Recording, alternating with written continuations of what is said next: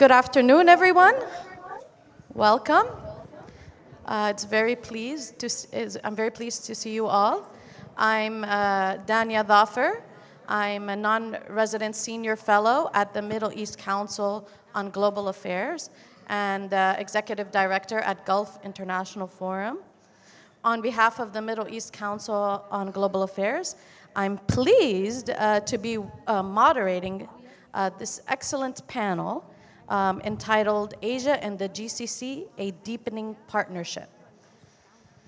The topics of this panel encompass a wide spectrum of issues focused on Asia-Gulf relations, spanning from energy issues to cooperation, to technology, climate change, and regional security.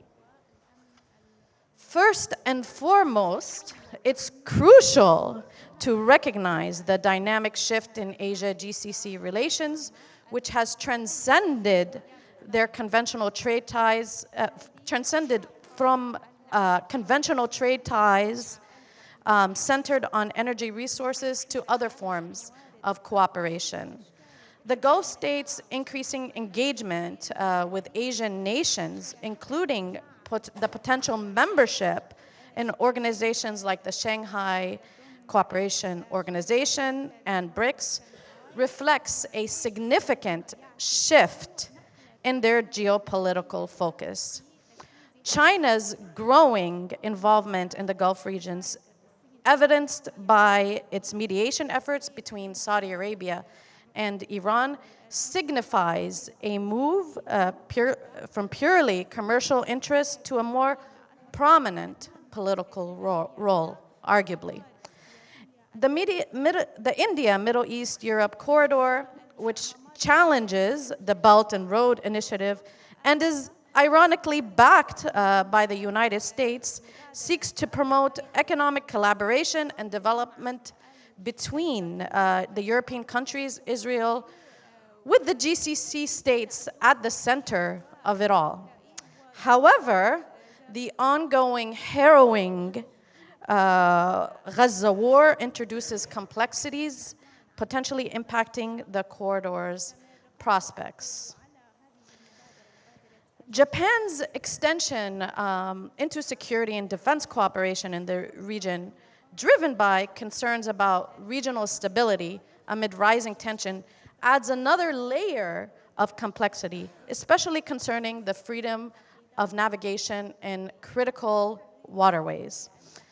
The questions that will be posed to our distinguished panelists highlight the intricate interplay of economic, political, and security among diplomatic factors between the Gulf states and Asian countries, the evolving relationship and strategies of Japan, India, China, and the GCC states in response to the changing global dynamics have profound implications for the future of the Gulf and its role on the global stage. Understanding these dynamics is crucial for assessing the region's trajectory and its impact on the broader international landscape. On this note, this panel will have 2 rounds of questions. The first round will focus on general GCC-Asia relations. The second round will focus on the implication of the Gaza war on GCC and Asia relations. For each question, the speakers have 2 to 3 minutes. As you can see, we have a lot of material to cover in a very short time. And so I will ask the speakers to stick to their time limit. After the second round of questions, to the panelists, we will open up for a question and answer session from the audience. I will introduce each speaker as they speak their first round. It's a distinct privilege for me to introduce our first speaker. His Excellency Jassim Al-Bidawi is the Secretary General of the Gulf Cooperation Council. As a seasoned diplomat with a distinguished career, His Excellency has held various key positions in Kuwait's Foreign Service. From 2022 to 2023, he served as the ambassador of the state of Kuwait to the United States of America. Prior to his role, he held several significant diplomatic posts, including non-resident ambassador to Luxembourg, head of mission to the European Union, head of mission to NATO, and ambassador to Belgium. His international experience extends to South Korea, where he served as ambassador from 2013 to 2016. His Excellency has also held positions within the Ministry of Foreign Affairs and various diplomatic missions, including Deputy Director in the Department of Under Secretary of the Ministry of Foreign Affairs, and roles in Austria, United Nations in Vienna, and Japan. His extensive and distinguished diplomatic career reflects his commitment to serving Kuwait's interest and the broader GCC on the global stage. Without further ado, Your Excellency.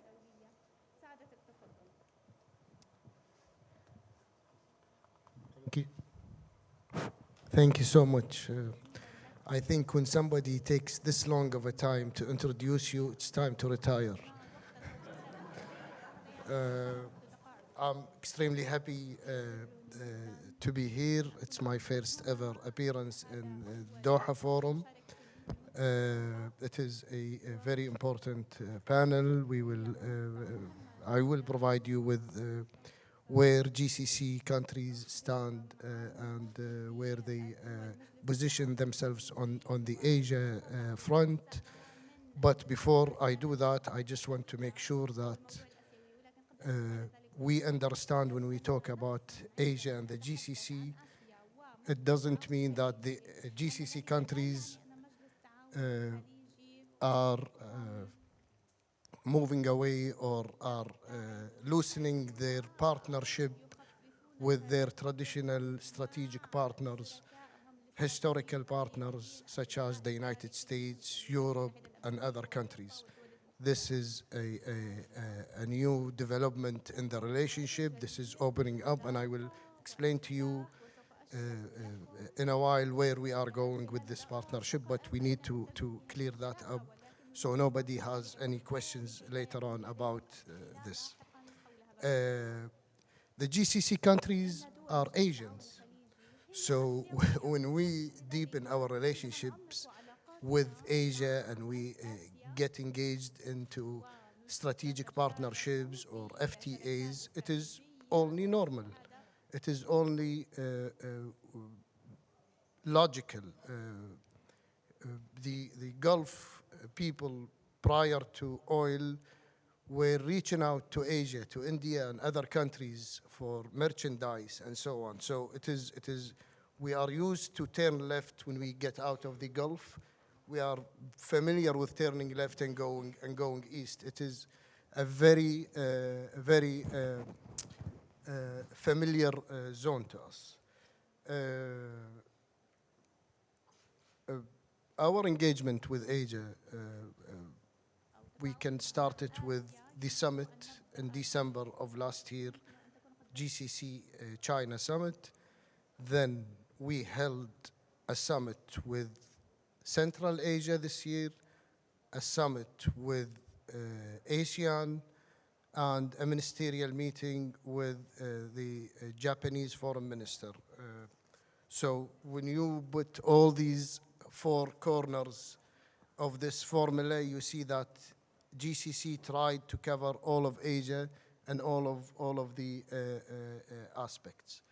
The effort by GCC to get more engaged and more integrated with Asia comes also in a package that the GCC countries are opening up to many new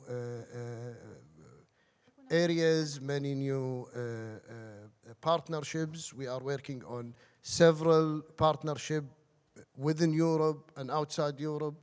In Africa, we are reaching out strongly soon. We've held a very important joint meeting, ministerial meeting with the Caribbean countries last September in New York. So this is a comprehensive effort by the GCC with Asia. Just to go over the numbers, uh, in 2021, the trade value between GCC and Asia is 516 billion US dollars.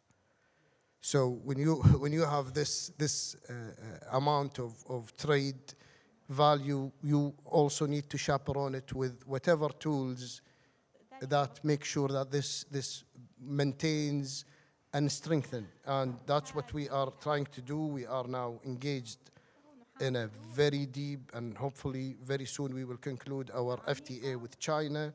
We're talking with the Indians on FTA. We have an FTA, an older FTA with Singapore, which we would like to, upgrade. And we are also extremely close with South Korea with FTA. So really, our engagement with Asia is something that we are very proud of. In my career, you just mentioned, I served as a diplomat in Japan and I served as an ambassador in South Korea. I know how much they appreciate this relationship and how much they value this relationship. There is a two-way road. We've been serious and reliable partner in providing them with energy, with providing them with gas and oil. They also have been reliable partner in helping us building our infrastructure and our civilized society. So I will stop here. I have so much. You've given me 3 minutes for a subject that I could go really in an hour about. I have a lot of numbers, a lot of data that we are very proud in this Asian partnership, and I will leave it to the questions. Thank you very much. Thank you very much, Your Excellency, for highlighting these very important collaborations between the GCC and the Gulf states. I'm very pleased to introduce our second speaker, Professor Bingbing. Dr. Bingbing is the director of the Center for Middle Eastern Studies at Peking University and is a senior research fellow at the Institute for International and Strategic Studies at Peking University as well. Additionally, he serves as the director of the Department of Arabic Language and Cultures at the university as well, and holds the prestigious State of Qatar Chair of Professorship in Middle Eastern Studies at Peking University. His deep expertise in the field is further reflected in his role as a board member of prominent organizations, including the China-Arab Friendship Association, China-Iran Friendship Association, very friendly associations, and the Chinese Society of Middle Eastern Studies. Dr. Bingbing's multifaceted contributions to the study of the Middle East and his active involvement in fostering international relationships are commendable. Dr. Bingbing, how will the heightened competition for global influence with the U.S. impact the prospects for cooperation between China and the GCC countries?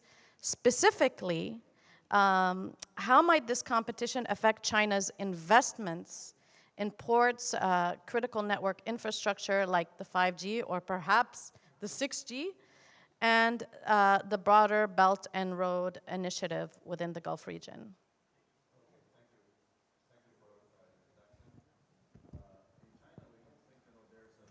Competition between China and the U.S. We believe that we can coexist peacefully with each other based on mutual respect to each other. So in this regard, I think especially the Middle East and the GCC region is not a main arena for this China-U.S. so-called competition. So China never push GCC countries to take side. And we think our cooperation with GCC countries are based on mutual interest and mutual respect. But in some cases, the U.S. push the GCC countries, to, to either, stop or either, have less cooperation with China in regard of, for example, 5G things. But still, I think, China has a very strong relationship with GCC countries and also with the GCC, this organization. And also this relationship is getting stronger. First of all, we see the traditional energy cooperation. This is the foundation of bilateral cooperation. It's not influenced by any other actors in the world. So we import nearly 40% of our oil from GCC countries, including Saudi Arabia, Oman, Kuwait, and UAE. We export about 25% of our LNG from Qatar. And also go beyond that, I think in regard of renewable energies and also, these other high-tech things like digital economy, and also I think, for healthcare and medical sciences, even for defense sector, China have had a very close relations with GCC countries. And as you mentioned, many political achievements from the two sides, like China GCC summit last year, Chinese mediation between Iran and Saudi Arabia, and GCC countries, participation in SCO and BRICS, especially SCO, because traditionally GCC countries are not Euro-Asian countries. So I think SCO offered a very important platform for GCC countries to be a part of this process of the Euro-Asian region. And also go beyond that, I think Chinese people, if we talk about GCC's look east, among the Chinese people, there is a look to GCC trend. Last June, there was the China-Arab Investment Conference held in Riyadh, Saudi Arabia, and some 5,000 Chinese businessmen, participate. So it's, unprecedented. So in this regard, also in GCC countries, we can see the Chinese language is being taught now in Saudi Arabia, in UAE, in many other places. So I think this people-to-people relations, are more important to make, this relations, even deeper, and could be, very, strengthened to a large extent. So in this regard, I think, Chinese cooperation with GCC countries, is not a result of any strategic competition with any other powers. Thank you. Thank you very much, Dr. Bing, for your insightful perspectives and outlining Chinese relations with the Gulf states. And moving along to our third distinguished speaker, I have the pleasure of introducing Dr. Abdulaziz As-Sagar. He's a leading Saudi expert in international politics and regional security, renowned as the founder and chairman of the Gulf Research Center, with extensive experience as a visiting professor at prestigious universities and active involvement in numerous councils, advisory committees, and international research center. He has made a profound impact on the global discourse of Gulf affairs. Welcome, Doctor. So my question to you is, and this is a concern I think that we hear often in Washington, D.C., is Saudi Arabia pivoting eastward towards Asia? Bismillah ar-Rahman ar-Rahim. It's a great pleasure for me to be again in Doha. I have attended the first Doha Forum, and now I'm also attending the 2023. So it's a pleasure for me to be again in Doha al-Mahabba, أسميها أنا. Answering your question, I think I'd like to have just a quick tour on the Saudi relation to Asia.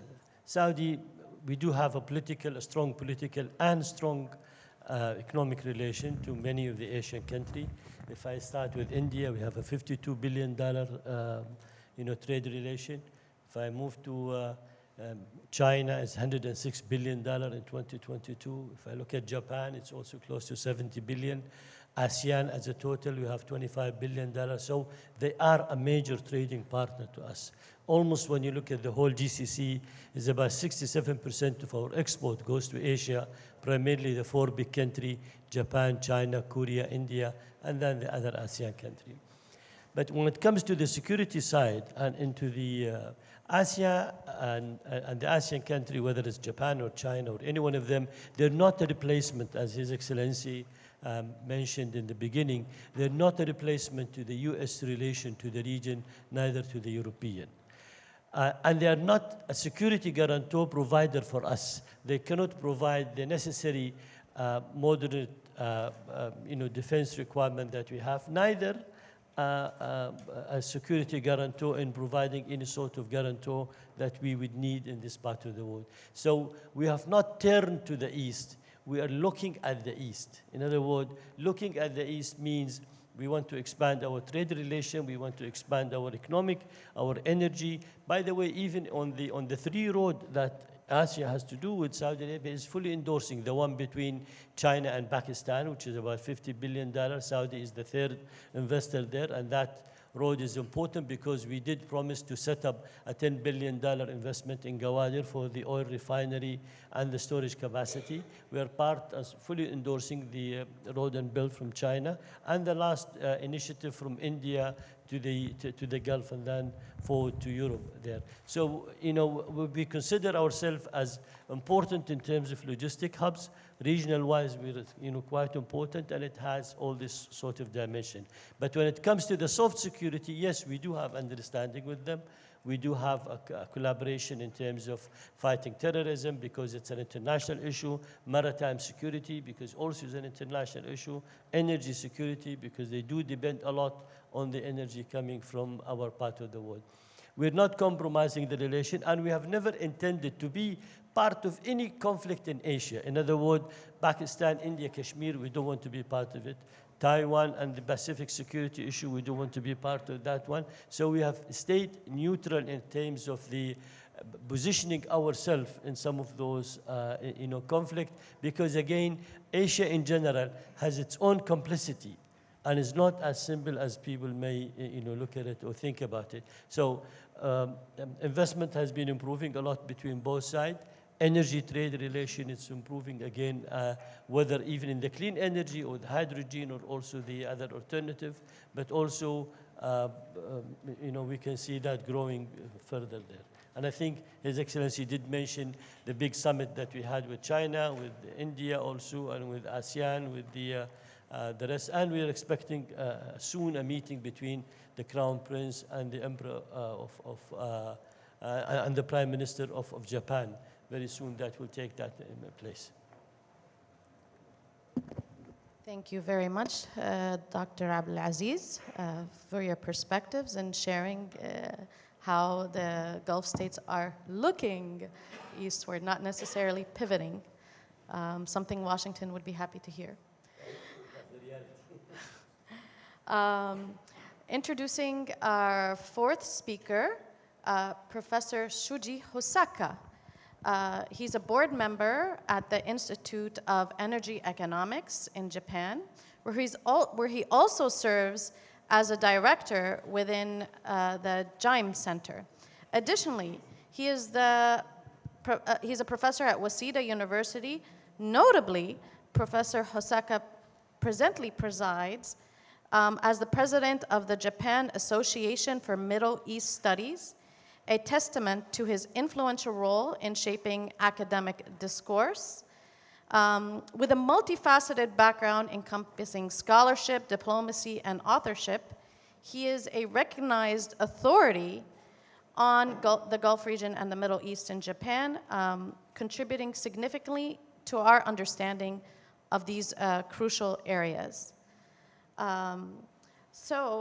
Professor Suji, my question to you is, both Japan and the GCC states seek to expand their trade and investment ties beyond the energy sector. Could you address how Japan has invested and collaborated economically in other areas with the GCC states? Well, thank you very much. It is a great honor for me to attend this prestigious conference. Well, you mentioned the relationship between Japan and the Gulf region. It is changing right now. Of course, Japan imports almost 95% of oil from the Middle East, especially from the Gulf states, Saudi Arabia, UAE, followed by Kuwait and Qatar. And I personally do not see any significant change in this relationship. Of course, Japan's oil imports will decrease due to global warming. But from the standpoint of economic rationality, the share of the Gulf countries will not change much. However, we have seen significant changes in trade and technology transfer in recent years. When it comes to trade, Japan's economic presence in the Gulf has unfortunately been shrinking. This is because our Asian rivals like China or South Korea have been growing rapidly, both economically and technologically. Of course, in some sectors, Japanese companies or Japanese scientific institutes still have an advantage. Japan may have technological advantage, but the world is becoming flat. The technological gap between Japan and the Gulf is getting smaller and smaller. For example, Uber is still banned in Japan, and many Japanese still use cash rather than digital money. In this respect, the Gulf is more flexible to digitalization.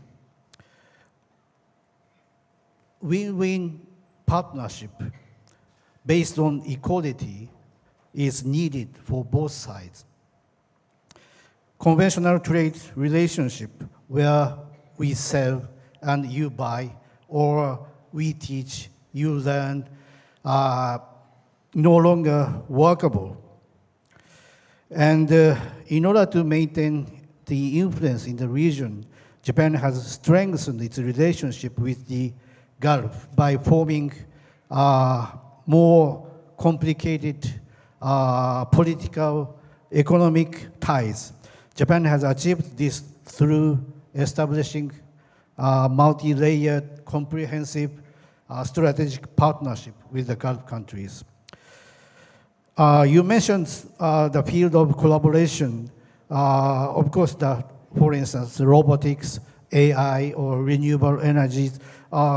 This collaboration is still going on. I would like to add some potential area, such as hydrogen, ammonia, CCS or CCUS, space technology, and medical industry as well. To expand economic and technological relations and promote the cooperation, it's important to eliminate the barriers between Japan and the Gulf region. Japan believes one of the most important approaches is an FTA, as mentioned by His Excellency, free trade agreement. Negotiation between Japan and the GCC will restart next year, and the Japanese government and the business circles hope that negotiation will reach a conclusion soon. In this sense, I expect His Excellency, Secretary General of GCC, will play a positive role. Thank you very much. Thank you very much, Professor Shuti, for those excellent remarks on Japan's relations with the GCC. We're moving along to our fifth speaker, Dr. Nilanjan Ghosh. Dr. Ghosh is a director at the Observer Research Foundation in India. He leads two pivotal centers, the Center for New Economic Diplomacy and ORF's Kolkata. He also directs the Think 20 India Secretariat, the think tank engagement group of G20, the World Economic Forum for 2023, among many other leadership roles. His extensive global teaching experience is complemented by a substantial body of work, including numerous books and articles. Dr. Ghosh, my question to you is, in what ways could the India, Middle East, Europe corridor enhance India's economic integration with the Gulf? Uh, of course, the India IMEC, or the Indian Middle East European Economic Corridor, is something very important for India, and also from the perspective of its integration with the GCC. On one hand, this can definitely be looked at as an extension of the India-UAE CEPA, which was signed, in fact, in 2022. The idea is that there is quite a bit of complementarity when it comes to India and the GCC in terms of, as far as trade is concerned, because if you look at India, given the fact that it has the largest population in the world, and with 52% of the population below the age of 30, it presents a huge pool of human capital on the one hand. On the other side, India has largely been dependent on the GCC for meeting its energy needs. At the same time, so when it comes to this entire exchange of human capital and natural capital, this creates a unique opportunity for both the regions, I would say. On the other side, when you talk about the IMEC as such, as an economic corridor, this not only creates an opportunity to what we economists often use the term, reducing the entire transaction cost of doing business. How do we do that? We create a much better regulatory framework, a unified regulatory framework, because in most cases what happens is that the trading costs are enhanced by somehow differential regulatory frameworks by around 29 to 30%. These are the estimates of the World Trade Organization. On the other side, this also creates a supply chain resilience within the system. How? When we create an economic corridor and insulate the system, especially in certain commodities, you have the complementarities in here. Then on the one side, you create a product market as also a factor market. Product market in the sense, as far as certain products are concerned, say food items. When it comes to the food items, you have a steady supply, in fact, from India. On the other side, you have steady supply of energy from the Middle East. On the other side, this also enhances the scope of investments from the Middle East, whether it's in the form of renewable energy, green hydrogen, solar, wind, or creating food parks in India. Now look at some of the critical minerals, including the precious metals. India has a penchant for the precious metals, one of the largest consumers when it comes to gold and silver. Whereas, as far as Middle East is concerned, I mean, this is one of the largest trading centers as well. So these complementarities exist.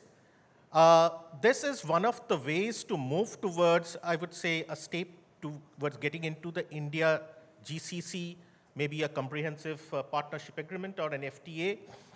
At the same time, it is not merely an India GCC kind of a framework, because IMEC looks at European market as also, in fact, finally it's backed up by US.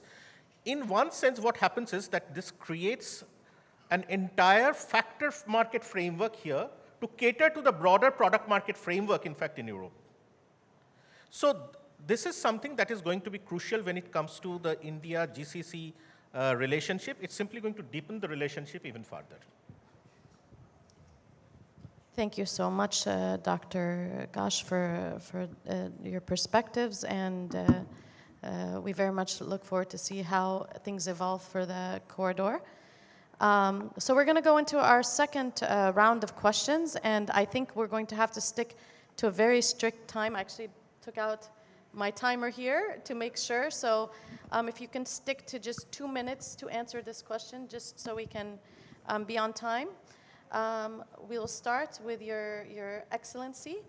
The question we have for you is, how do you interpret the significance of the Arab and Muslim ministers especially those from the GCC countries, choosing Beijing as their first stop on their global tour for the Gaza war. Could the longer impact of the war on Gaza, along with the concerns expressed in regional capitals regarding the war, lead to an acceleration of multipolarity, bringing the Gulf countries closer to Asia? Yes, I will repeat it. The second part. Okay. Could the longer-term impact of the Gaza war, along with the concerns expressed in regional capitals regarding the war, lead to an acceleration of multipolarity, bringing the Gulf countries closer to Asia? When this committee was formulated, it was formulated within the or formed was within the joint summit, Arab Islamic Summit, and the mandate of this committee is to reach out to all stakeholders, all the major players, regionally and internationally. I was not involved in the arrangement of whom they've seen first, but my understanding is they would reach out to everybody, and then the reply comes through diplomatic channels. And whomever is available first, that they would visit and they would try to make it as easy and as logistically more helpful for them. So they'd go to one region, then to the other region. I'm not so sure seeing China first has any, maybe the countries involved in the visit would tell you this.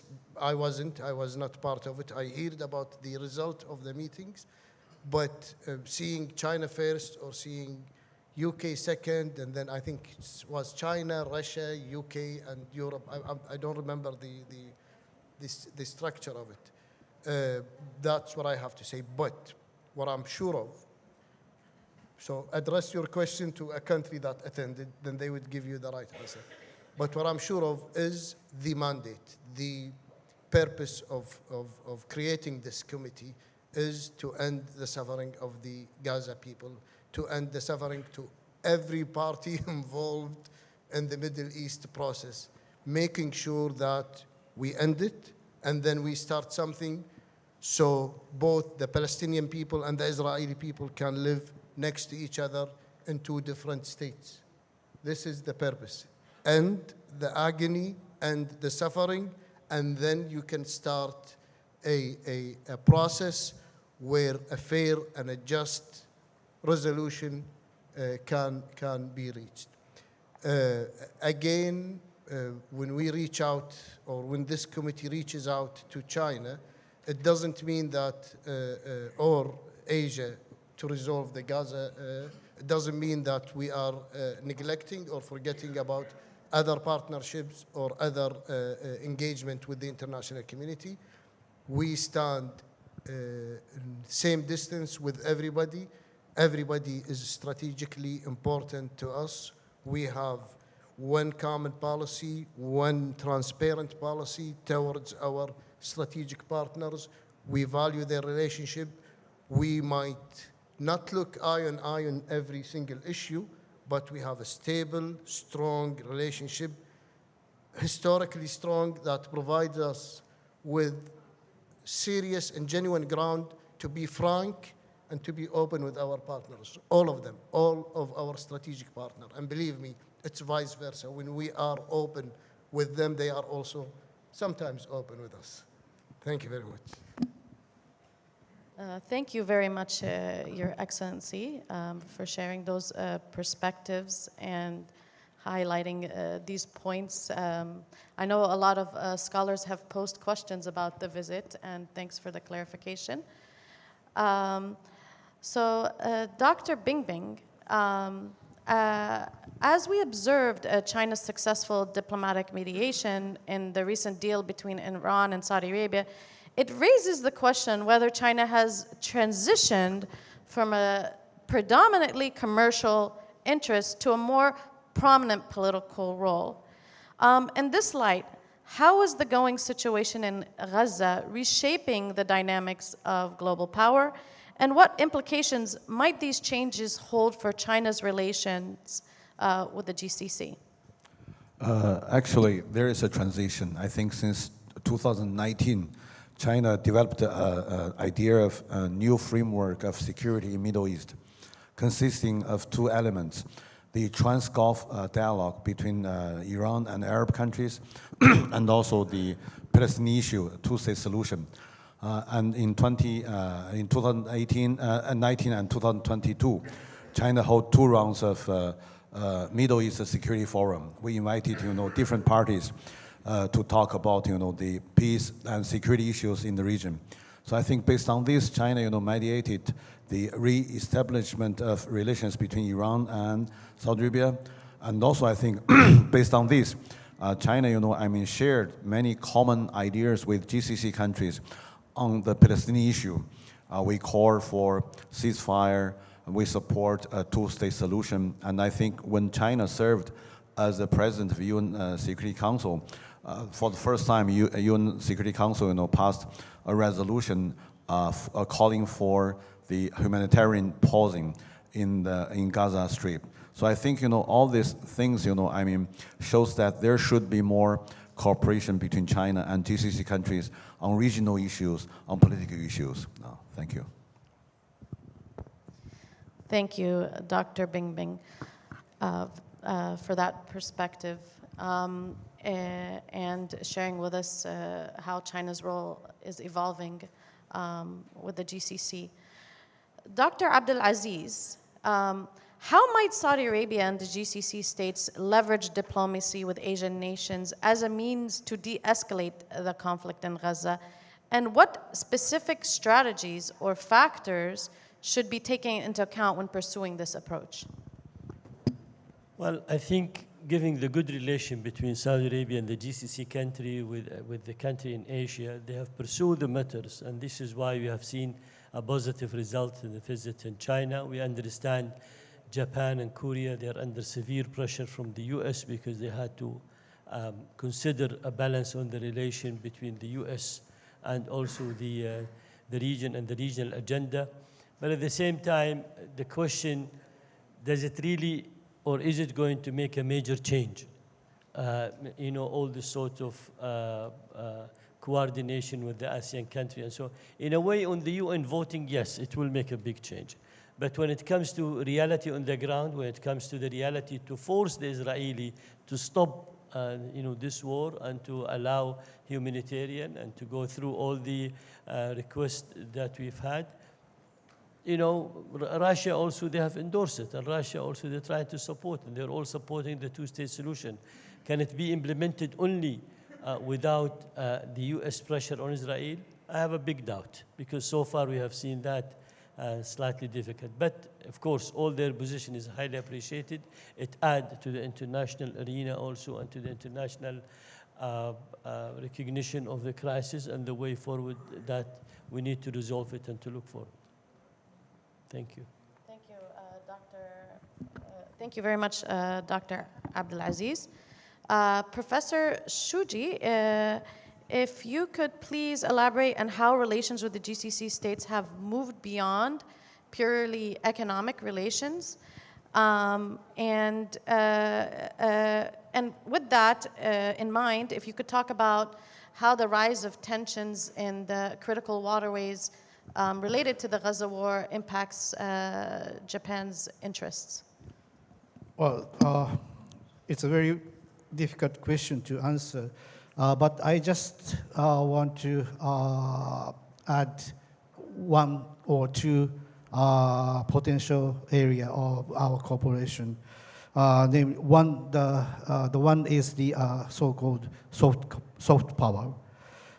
Many people in the Gulf, I believe that they grew up watching Japanese animation and playing Nintendo or Sony PlayStation, and are fascinated by the K-pop or Korean dramas.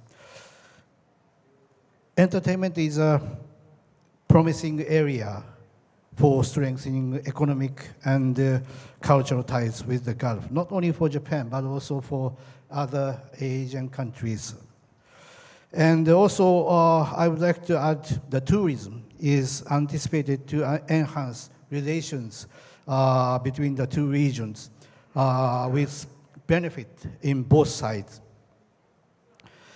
The World Cup in Qatar and the World Expo in Dubai provided the Japanese visitors with a valuable opportunity to experience the Gulf.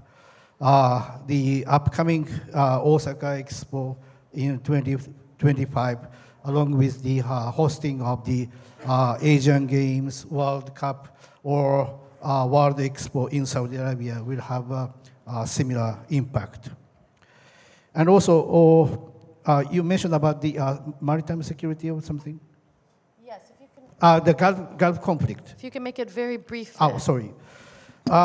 With regard to the Gaza conflict, Japan seems to be struggling to find a balance between G7 and others. Japan is a strong ally of the US and currently the chair of the G7. Japan had to unite the G7 countries on this conflict. As a result, Japan's stance appears to be pro-Israel, dragged down by the pro-Israeli position of G7. This is in contrast to China's clearly pro-Palestinian stance. Yeah. Thank you, Dr. Shuji. Dr. Ghosh, if you can in 1 minute just answer my question because we are running short on time. How has the Gaza conflict influenced the prospects and dynamics of the India, Middle East, Europe corridor? In the short run, definitely it is affecting it negatively, no doubt about that. Any conflict imposes a social cost, and war, like climate change, is a global common. It leaves nobody behind. So the fact remains that we only hope that normality prevails and good sense prevails across all. Now, having said that, let me also emphasize, just take 30 seconds for one particular point, that this is not supposed to impact the India-GCC relation, given the fact that the complementarities are still prevailing. And there are immense opportunities that can, in some way or the other, be exploited between the two economies. So I presume that I have kept on time. Thank you very much, Dr. Ghosh, and thank you for answering such a big question in a very short time. With pleasure, I want to just get a question from a special guest that we have in our audience, the Deputy Foreign the Deputy Foreign Affairs Minister of Laos, His Excellency Bon Lua Phan Dan Nuvong. Your Excellency, I'm sorry if I messed up the name. It's okay. It's a very clear pronunciation. Let me thank you very much for giving me the floor. Excellencies, distinguished panelists, ladies and gentlemen. At the outset, let me express my sincere thanks to distinguished panelists for sharing your thought, experience, diverse perspective and views on the partnership between Asia and Gulf Cooperation Council. Bringing perspective from Laos, PDR, I would like to make a contribution to discussion over cooperation up to reasons as follows. Firstly, the world is rapidly changing, and we are at the crucial period of globalization, which is offering both opportunities and challenges. Therefore, it is important that our two regions have to enhance cooperation on the basis of mutual benefits, particularly in political, economic, and cultural relation, tourism, connectivity, and so on. As members of ASEAN, the Lapidia congratulates the successfulness of ASEAN GCC summit, which was held on 20 October 2023 in Saudi Arabia. Secondly, I'm of the view that to overcome the current multifaceted challenges ranging from armed conflict to environmental crisis and economic downturn that set back global development, it is crucial that we must uphold sincere cooperation at various levels and turns our strengths and potential into driving force so we can further our cooperation in many areas, as I have mentioned before.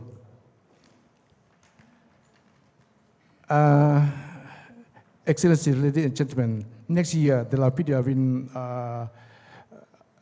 will assume the ASEAN Championship in 2024, and we will uphold the achievements made under Indonesia ASEAN Championship and the success of ASEAN over the past year, and continue collective effort in enhancing ASEAN cooperation and ASEAN's external relations, including Gulf Cooperation Council, as well as in implementing the outcome of ASEAN GCC Summit, particularly ASEAN GCC Framework of Cooperation 2024 to 2028. In this connection, I would like to share with you that the Lapidia has attached importance on regional connectivity by increasing investment on infrastructure development, particular road and railway linking the country with neighboring country, aiming to transform the country from the landlocked to landing country and a half of land transport service, as well as integrating our economy into the regional and global economy through sub-region, regional and global cooperation framework. Thank you very much. Thank you so much, Your Excellency, for your remarks and your perspectives. We truly appreciate it. Did you have a specific question or? No, sorry, I don't have any question. Okay. Thank you. Thank you very much, Your Excellency. Without further ado, it's my distinct pleasure to have moderated this stellar panel and got these very diverse perspectives that were intellectually stimulating. I've learned a lot. I'm sure this discussion can go on all day, but I'm afraid we're limited by time. And we look forward to seeing you all in this engaging forum. Thank you very much. Thank you.